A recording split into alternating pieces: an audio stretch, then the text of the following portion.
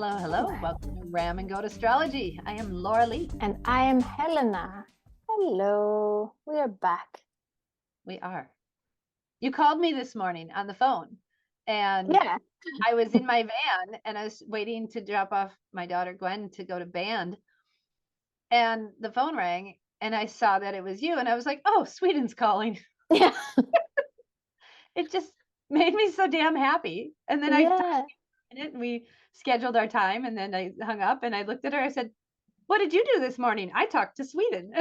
It just was No, fun. but when I hung up too, I felt like, it made me feel closer to you to just call like on my way home from work, like, hey, what's going on over there? What time is good? But I was all, and that made me feel also like that also put me in a good mood, just that little phone call actually. Yeah. And I was, I don't know, I just felt like it was so nice to have a friend across the waters. And it's fun. I enjoy it. Yeah, and we've never met still, and but we're good friends. We're doing it. We're doing the we're doing long it. distance internet thing. We're like, when people start dating online and they meet after a few years, that's us. Yep, absolutely. That's us. Yeah. How you been doing this Pisces season? Well, I was gonna say this Pisces season, I'm doing pretty well. I think if I wouldn't know it was Pisces season like a couple of years ago, when I wasn't really that much thinking about what season we were in, I would probably feel like, why am I so tired? Why is my brain so foggy? Why can I not get things done? And like get, annoyed with myself and feel frustrated. But I'm not frustrated. I'm just tired now. I think the recognition of the season is so helpful for me. I think it was 2 days ago. And see, I don't even know. 2 days ago, maybe yesterday. I just looked at my husband. I said, I don't know what I'm supposed to do today. And then Elliot comes out. He goes, what's going on today? I said, I have no idea. I just don't know.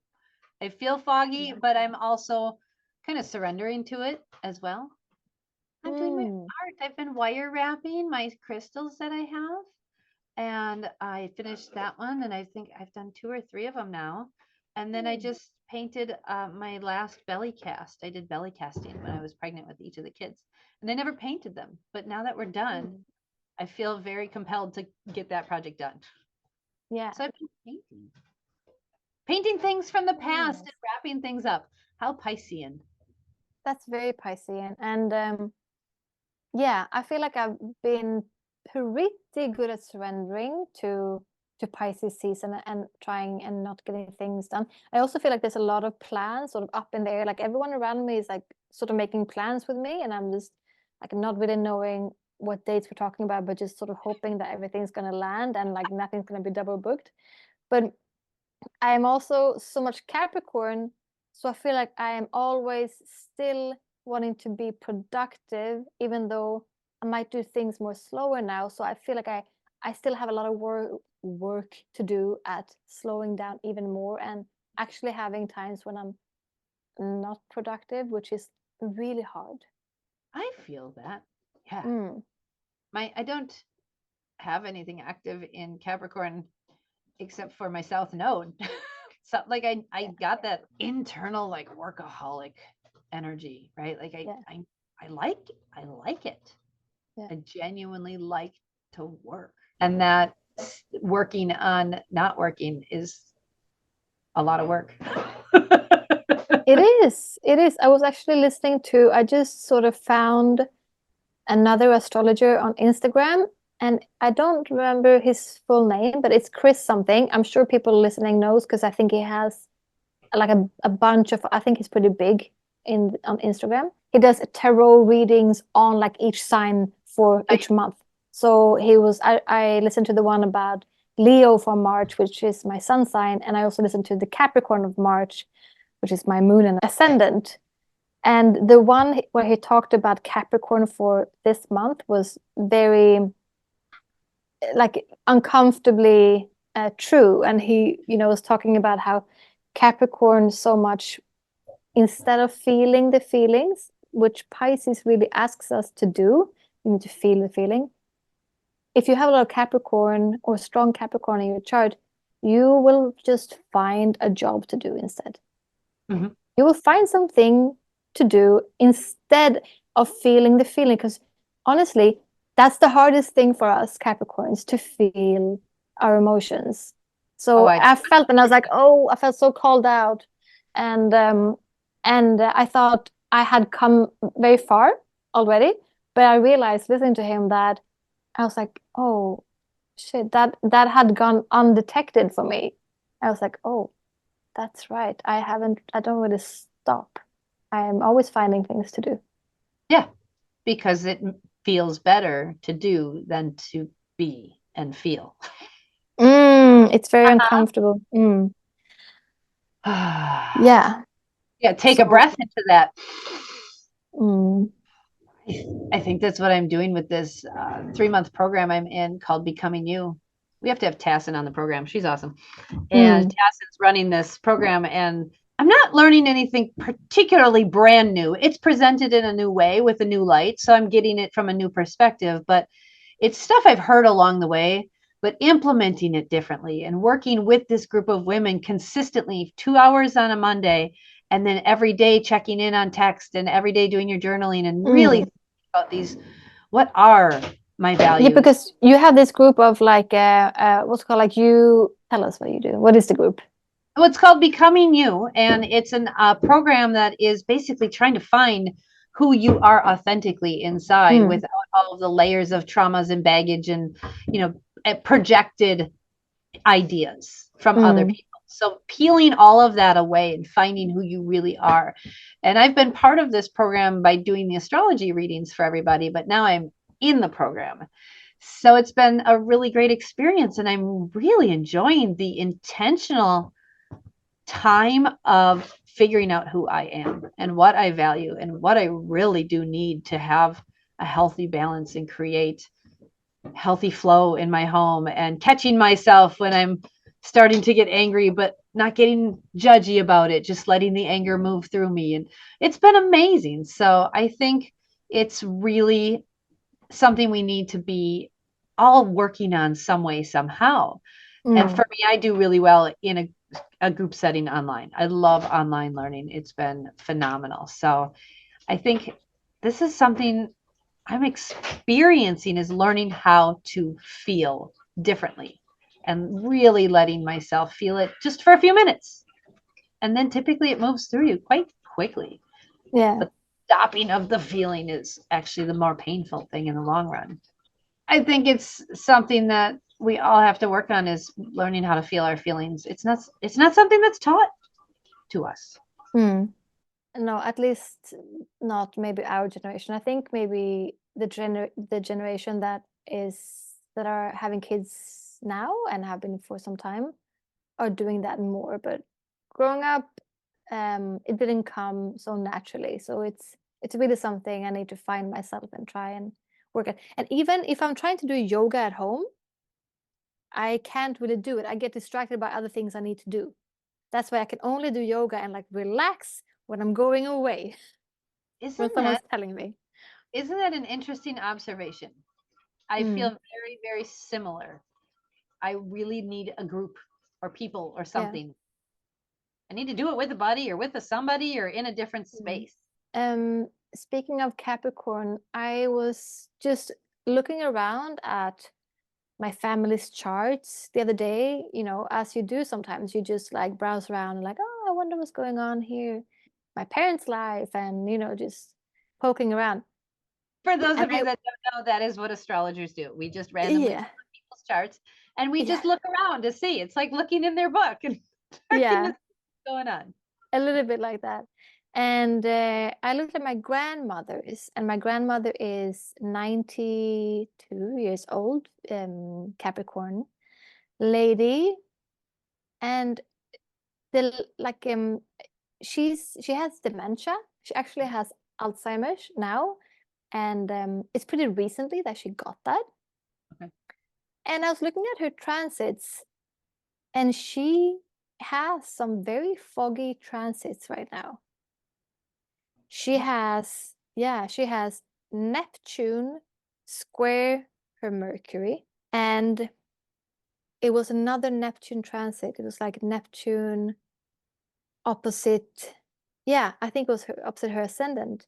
Okay. So, and that made me really think, because Neptune transits are very long, and not everyone gets hit by Neptune, just like everyone doesn't get hit by Pluto, because it just takes these planets so long to go around the zodiac.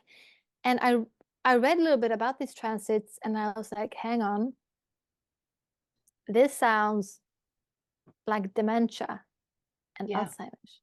I could see how those would show up like that for sure. Yeah.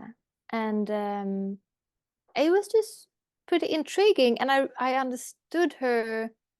I felt a little bit deeper, because I started thinking about this from her perspective. When you have a trans like this, and you're at that age when you're more prone to these diseases coming your way, it must feel pretty tough to have your mind, which is Mercury and how you communicate, in a square position, an uncomfortable position to Neptune, which is Neptune fogs things up, and maybe it puts you sort of in this dream state, like you don't know what's real, uh, really, Yeah, and I can see that. Yeah.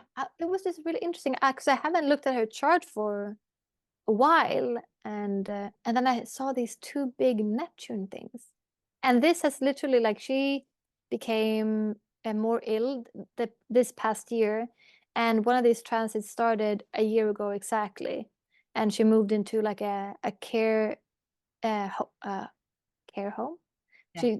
Yeah, 6 months ago. So things escalated pretty fast, like in the end, Yeah. before she had to move. And it just made me feel like, oh, I want to talk to her. But like now I feel like I can see into her brain. So now I feel like I can have those conversations with her. Like, oh, if I'm looking at your astrology chart, I can see that maybe you're feeling very confused. Yeah. And like not speaking from the disease, but speaking from the transits, which is the same. Like, Hmm. I think of this the same way as a person born with so much Aries might be similar to a person who a doctor says has ADHD. Like, Ex- oh, I can exactly. see you have so much fire. It's hard for you to control your emotions, and Yep. you just you do things, and you don't have time to think before you do them, and then you might regret after because you just did something. You can't Exactly. stop it. You can't stop yourself. Yeah, I can see that. Mm. That's where medical astrology fascinates me, Yeah. especially with me just having Jupiter in the sixth house, Uranus in the sixth house. I've got so much going on, Pluto in the sixth house. I've got a lot in the sixth house, and I've had a lot of health stuff, a lot of health challenges, big, extreme learning with health, teaching from health, right? Those are all Jupiter Mm. and Uranus with chaos, with my nervous system, my spine. I literally had degenerated spine, and I had to get stem cell transplants to Mm. rebuild myself. If that's not Pluto and Uranus and Jupiter, I don't know what that is, right? But medical astrology just fascinates me, just coming from my own chart. But then, like you said, figuring out what grandma's got going on, right? With the dementia and how these planets, even if she wasn't 90, let's say this was happening to her when she was 20, right? Let's say this transit was happening when she was 20. She may very well be hit with massive depression or extreme anxiety out of nowhere. Maybe she'd start on, medications. Maybe she'd go to a mental institution. Maybe she'd become a painter in a recluse in her home, right? It can show up in a million different ways. But when you're 92, it shows up as dementia. Exactly, like your memory is already, getting pretty bad, and then you have a Mercury square or a Neptune square to your Mercury. Yeah. Oof. I can see that. I have Neptune square Mercury natally. So that's already a struggle. And now I've Yeah, got the Neptune square Neptune situation I'm in right now, and there's a surrender and a trust when I don't know what to do. Like I yeah, just said 2 days ago, when we're in this Piscean season, I feel like this transit's really activated. We did a whole episode on it a yeah. while, but it's getting more and more activated with the sun there and Saturn there and Mercury, Mercury's going through there. And I'm walking around going, okay, it's Pisces. It's okay. It's Pisces. Just flow. It's Pisces. It's almost like helping me to surrender to it. Just Yeah. knowing the time. It's okay. Yeah. It's okay. Just go Because I paint. feel like just go paint. That's also what's hard, maybe when you're sort of losing your memory and you have maybe dementia or Alzheimer's, is that you are probably feel like maybe you're losing grip on reality and your mind, and you want to control it so badly. And I totally understand that. That must be very scary for you.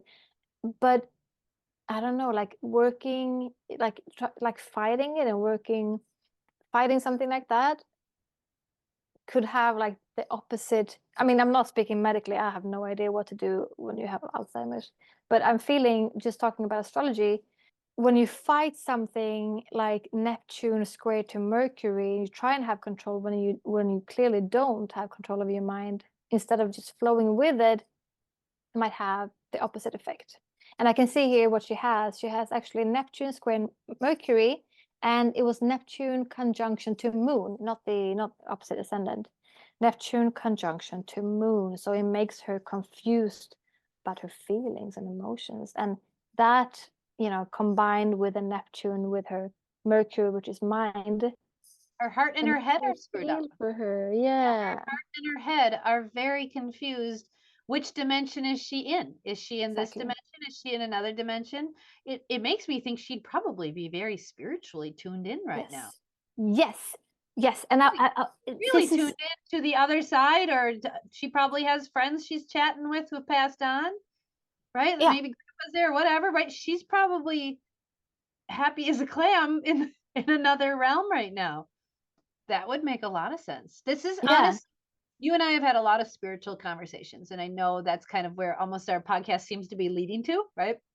And we've been really kind of exploring our own spirituality as we dive into various astrology topics. And I have been, as I'm having this Neptune square Neptune with my Mercury in the middle, I have had to surrender my mind to all of it, channeling Mm, and spirit people in the back of my head sending messages, and aliens, and right, this all of it, Reiki, and all of the energies I just don't understand.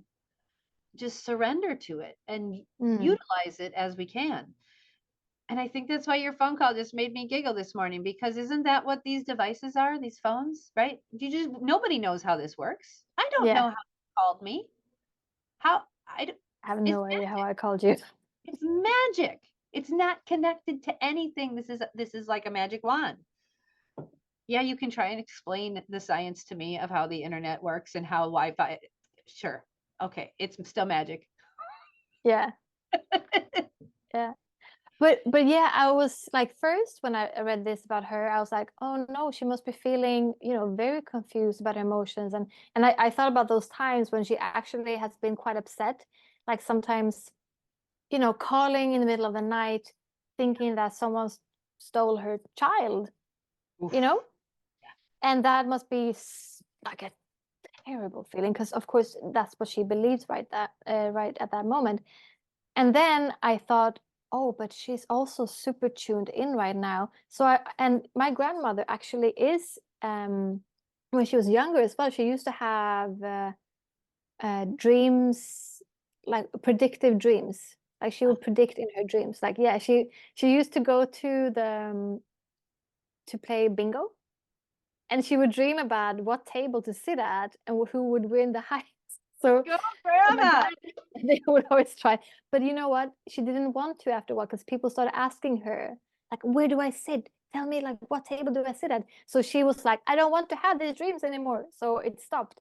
But she has that inclination. So I'm thinking now she must be like wide open, which also can be a little scary if you don't want to, and if you're at that age. So I'm just right now feeling that the way I communicate with her, I don't really speak astrology to her, not at all. But I feel like now I definitely should and can. I can be super woo with her, because I think that she will understand that.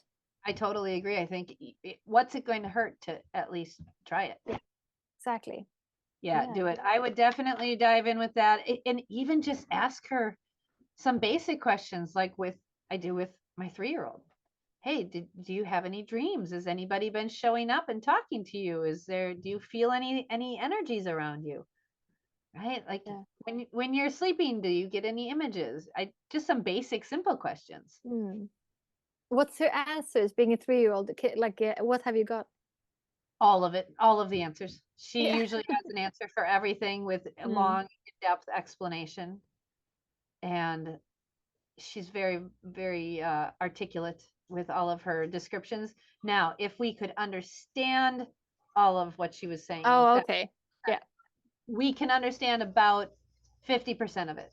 Yeah. But she talks, talk about Aquarian. She speaks in a way that she's having multiple conversations at the same time, and your brain has to just jump and know which conversation she's in. It's really interesting, and my brain's trying to learn to do that. So the more I talk with her, the more I'm trying to figure out her speech patterns and her conversation patterns, and it's really weird, articulate air game I'm playing with my air daughter, and I'm not doing it consciously, right? This is not happening consciously. So it's been very interesting.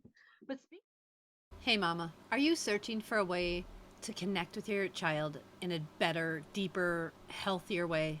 As a mom of 5 with teenagers, preteens, a toddler, and a baby, I get it. I get the frustration that comes with parenting. I get the surrender that needs to take place. I get the stress that can almost kill you. I get it. This is why I have created the Cosmic Mama Collective. This is a group I am so passionate about, and I invite you to join us, where we can share and grow and learn together, utilizing the energies of astrology and the planetary placements to understand what is happening, what's going on with your child, what's going on with you. And we can make sense of this craziness here in Earth School. Let me help you understand. Join the Cosmic Mama Collective. I can't wait to have you. But speaking of those long transits that affect the body or the mind, Saffron's been really struggling. Uranus has been sitting right on top of her natal Mars for a while. He's like parking it there in Taurus. And I've prided myself on having my children all potty trained very early. Like we did pottying with them when they're infants and stuff. And they were all potty trained on these very early. And poor Saffron here has been having a heck of a time being in tune with her body, with the planet of nervous system disruption and chaos and changes on top of Mars, which rules your take action in the sign of Taurus, which is, I'll do it later. Yeah. She's just struggling, and we are getting her to the chiropractor consistently, but man, this poor little girl is just not in her body very often, right? And if she is, I feel like everything has to be super electrically aligned in order for the signal to actually go through, or she just either misses, or it's just a little bit too late, or it's, and I'm trying to be so patient because I too know the transit, right? I know the transit. And it's really frustrating too. Yeah. Has it already gone retrograde and back over, or are you that's still to come? It's been, I haven't looked at it recently. I just know it's like sitting on it right now. So, and right now it's just one night at a time, one day at a time, multiple pairs of undies and changes of clothes at a time. So because Uranus is like, it's really like sudden, like surprises. And that's what this is. She acts like she's totally surprised. Yeah. Oh, I didn't know I had to go. Yep. But so how else has your Pisces season been going? You've been surrendering to the idea we need to feel. Yeah, and I think the fastest way to get me there, to get me to feel, is to listen to music. Like music really moves me. So I have been actually in the car on my way from work into work, putting on, I have this Pisces playlist.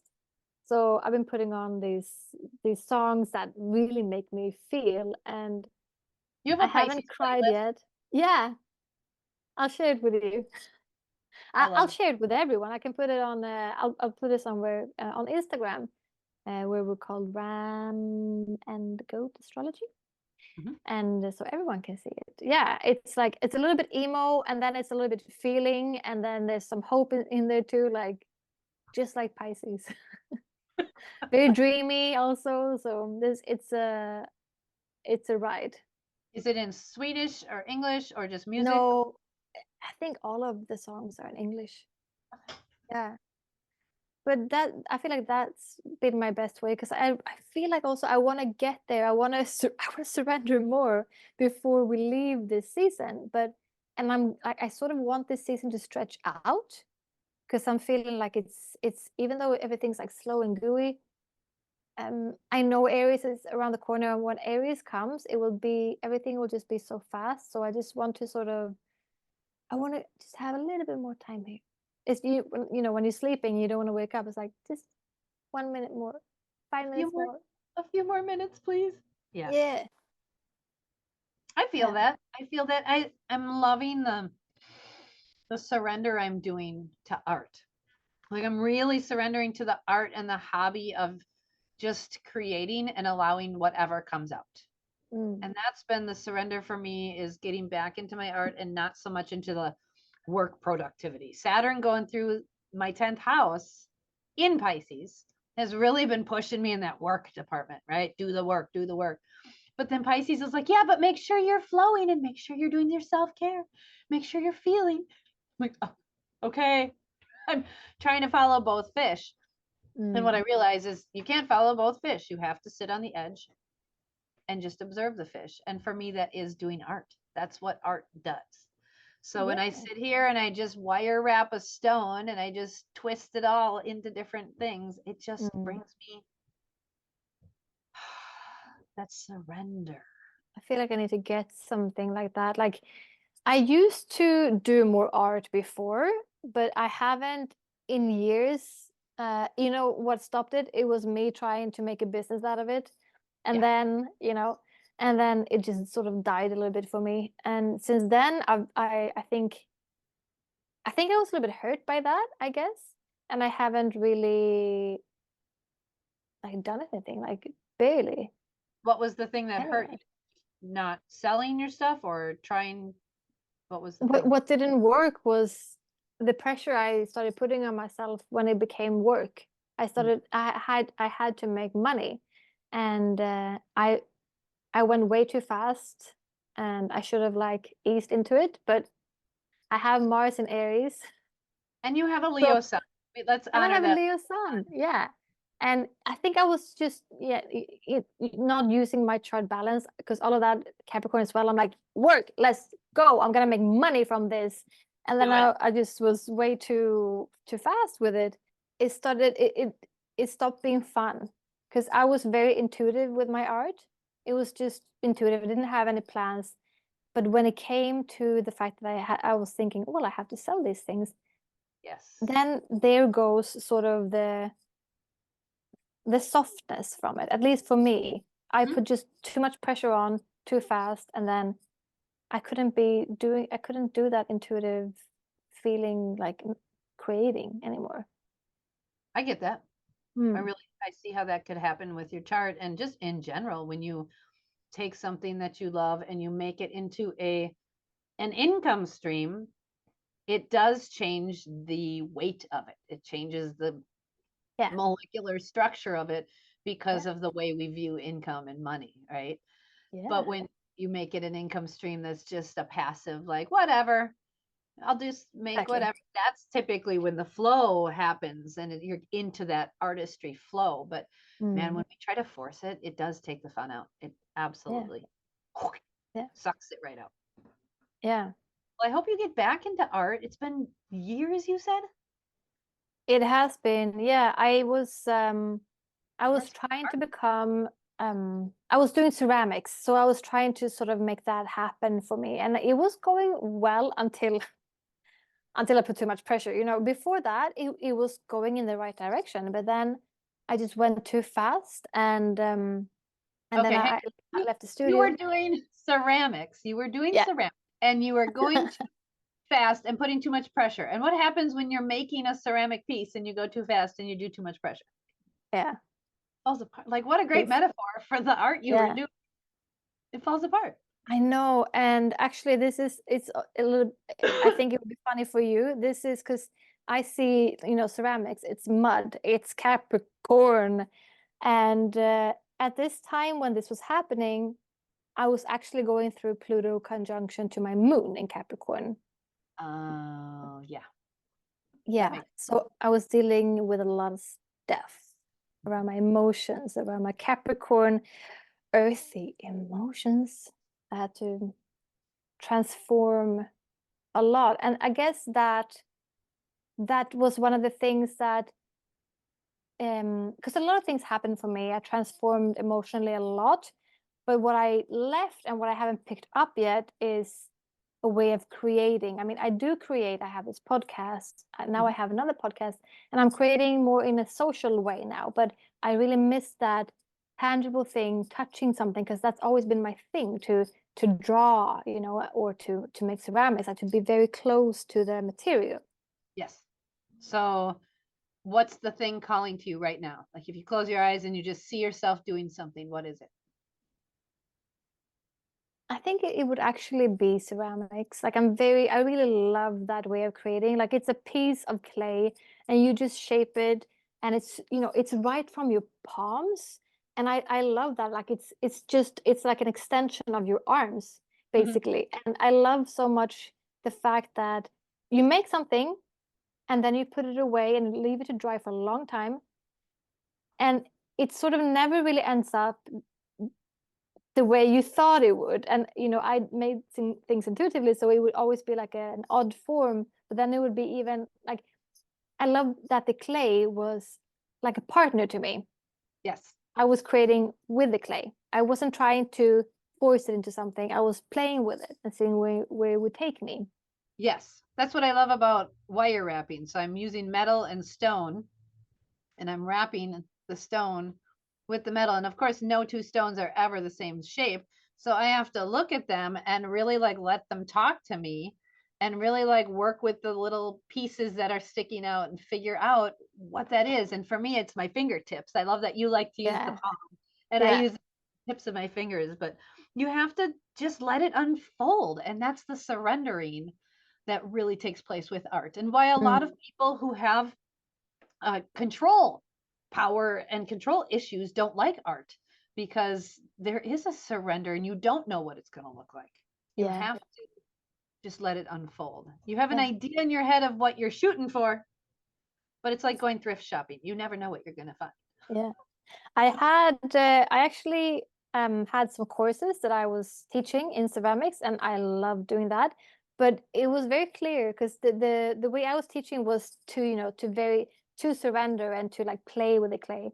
But you saw straight away who was trying to control it, and it was very frustrating for those people. They had an idea, they had like a picture in their head, and it was going to be exactly that picture. And it was hard because they couldn't convey that exact picture, and that drove them nuts. And I was trying to, and it's very interesting because I was very much like a lesson for them to try and accept that it wouldn't look exactly like they thought it would, just to be more curious, like, oh, I wonder what this can look like. I agree. And that is one of the best things about art. And even my very rigid Taurus sun and earthy Taurus sun, I love that he likes to draw. He's very, very, very talented illustrator. And he uses just this, graphite pencil and paper, very earthy tools, right? And he will sketch and sketch real lightly, and then he erases and sketches to get it kind of sculpted to the way he needs to be on the paper. And I remember when he was about 4 and he was really learning to draw, and he really loved to draw Lego creatures or figures because they were square and easy for him to do. But then when he started to want to pose them and bend them and stuff in his drawings, he was getting more frustrated. And he kept saying, it's not coming out how I want in my head. And he was really frustrated. And a lot of my parenting with him was, that's art. That's okay. It doesn't have to come out how it is in your head. That's the surrender. And he's learned over time to surrender to that. And he's learned to really enjoy it. But man, did we go through some challenges about 4 or 5 years old where his brain knew what he wanted to draw and his hand just wouldn't make that Couldn't happen. make it. But I think that's been the driving force to make him such a good illustrator now, because Yes, he's pushed to make that image in his head come out on paper. for sure. And I always remember this thing. I don't know where I learned this or picked it up, but a really great thing is, you know, when you're sitting and drawing and then something in your sketch is not it became like wrong. It wasn't the way you planned it, and then you instinctively just want to like throw away that paper or erase it and start all over. But I started to instead, like, you know, you see it and you're like, oh no, I made like something wrong, it doesn't look like I wanted. But instead, like, okay, and like work with it and like, okay, it become something else and continue on that drawing, to continue on that drawing instead of erasing it. Like, I think that sense you send to yourself a totally different message of, yeah, you have to now open your mind even wider instead of saying, I did wrong, I did bad, I have to do that again, you know. I think you learn so much more in another way. That's such a Piscean message too. Compassion. Yeah. Right? The art. Softness. So learn to surrender and have compassion for yourself. This is why Pisces season is such a great time to start an art project. And when we did the March transits, we were like, get your art on. Yeah. Guess what, Helena? Oh, maybe that's the thing that's gonna, yeah, you know, like when I sit with clay, it's been a while now, but when I would sit with clay, it would, like, hours would pass and I wouldn't notice. And I'm just there, you know, like just touching clay Can and you like go get some bending clay? it. Do it at home? Is that, can you go get like a brick of clay and hang out at home and just play with it? I can do that. Well, it's been nice chatting with you. We're going to do a short one today. I have to bring my kitty to the vet. Oh. He's our only house kitty. His name is Roland, and we adopted him from a shelter about 3 years ago now. I don't know, my time is warped since having kids. But he lived with an elderly couple, and we had Jade talk to him and found this all out. But he lived with an elderly couple, and one of them died, and I think the other one had to go to a home or something. And he thought he was going to the vet, and he ended up going to the shelter, and then came home with us. And he was just kind of like confused as to what was going on. So when Jade talked to him, and we've had her on, she's an animal communicator, and she talked to him and explained what was going on. He was like, oh, okay, all right, this is my new house. And so he accepted it, but he was very confused for a while. But he's such a great house kitty, and he's having urinary tract issues right now. He's got crystals in his bladder or something. So we're trying to get that taken care of, both holistically and with the vet. We're working together. So I got to bring him in and hopefully get him taken care of. So we're gonna send Roland some love.